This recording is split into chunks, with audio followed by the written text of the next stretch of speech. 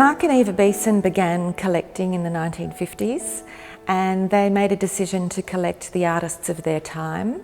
They collected several artists in depth, such as John Brack, John Olsen, Geoffrey Smart, William Delafield Cook, and in that way the collection is very much an idiosyncratic, personal collection of Australian painting, where they befriended many of these artists and continued to support them throughout their career. Edmund came to the museum and spent many hours looking through our storage and made this selection, keeping in mind that he wanted to both represent Mark and Eva Beeson's vision as well as the story of Australian art. And so he's chosen to represent several artists in depth, and he hasn't displayed the work chronologically, but rather looked at the many different themes that have been woven through modernism in Australia.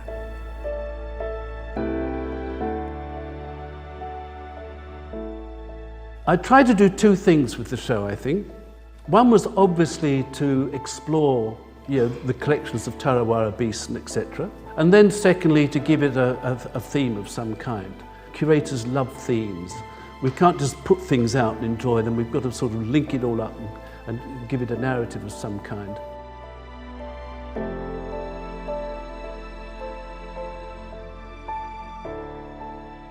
When you looked at the collection here, you could see this wonderful panorama of the modern art of Australia. This still has the hallmark of the personality, the eyes of Mark and Eva Beeson. It has that wonderful sense of personality to it.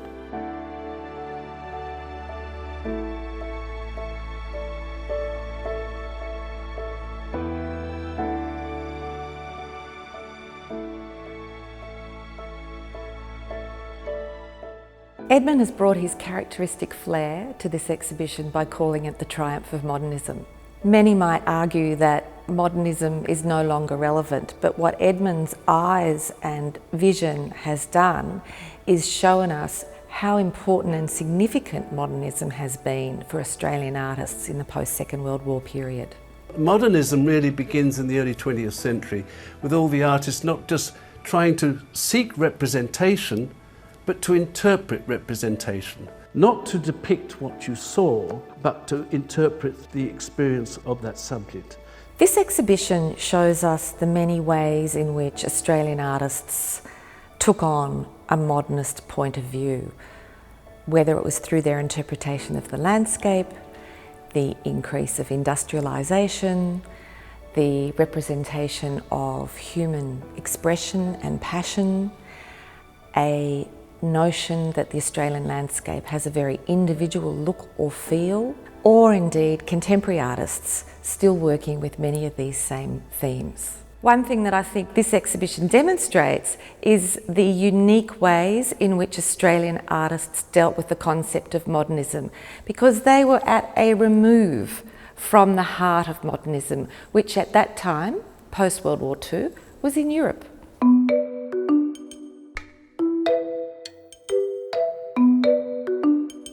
Artists started to make work, in a sense, art for art's sake and not as commission. So giving it the intellectual and emotional experience as opposed to just the visual experience. So that to me is what modernism is about. But what we have here is that second flourish after World War II. It wasn't so much just the Australian landscape. It was the Australian experience that they explored. And you've only got to look around here and look at Arthur's Bride series or Sid Kelly series or whatever. And for them, the Australian landscape, which had been the dominant theme, and the thing which had actually identified Australian art, was but a theatre. It was a stage for the human drama, the human experience. And I think that was the huge and the great and the liberating contribution that these artists made. Even Drysdale as well. I mean, he's much more, perhaps less about the sort of psychological experience, which I think both Arthur Boyd and Sid Nolan achieved. And then I was looking some years ago at a particular Central Australian picture like the one in there. I was looking at that. There's not a figure to be seen. You know the story that Sid went off in a plane and looked over the landscape and came up with these images. And I said, there's not a figure to be seen, but the human experience is still there. This is not an empty landscape.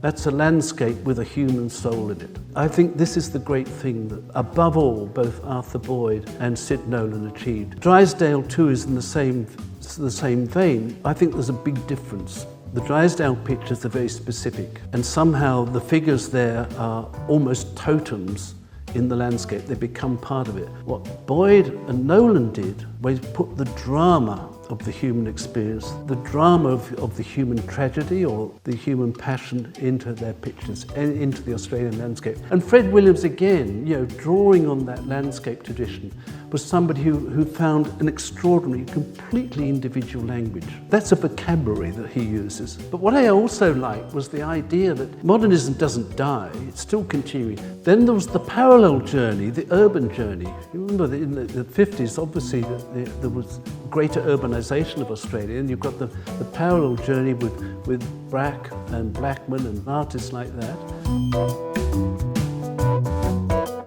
Few paintings have that kind of absolutely spontaneous joie de vivre that Olsen's have. Out in the end room there, with the Howard Arcleys and Imants, and is Joanna Lamb, the Flatlands. And Brett Whiteley, he was, I think, one of the most energetic and amazing artists and amazing people that I met in Australia. I don't know whether you've been to the Whiteley studio, but it's like this place, the aura, the spirit, the atmosphere, the climate. When people come to the museum, they absolutely love it. And it's not just the collection, it's the whole atmosphere of the location. I think Edmund Capon has fallen in love with the museum. It's the perfect fit into the landscape. It has the most wonderful atmosphere. And above all, somehow with the works of art, and particularly with a show like this, the spirit, the soul of the people who made it possible, I think breathes through this building. And that's something that we can all feel. This must be one of the most sublime art museums in the world. No doubt about it.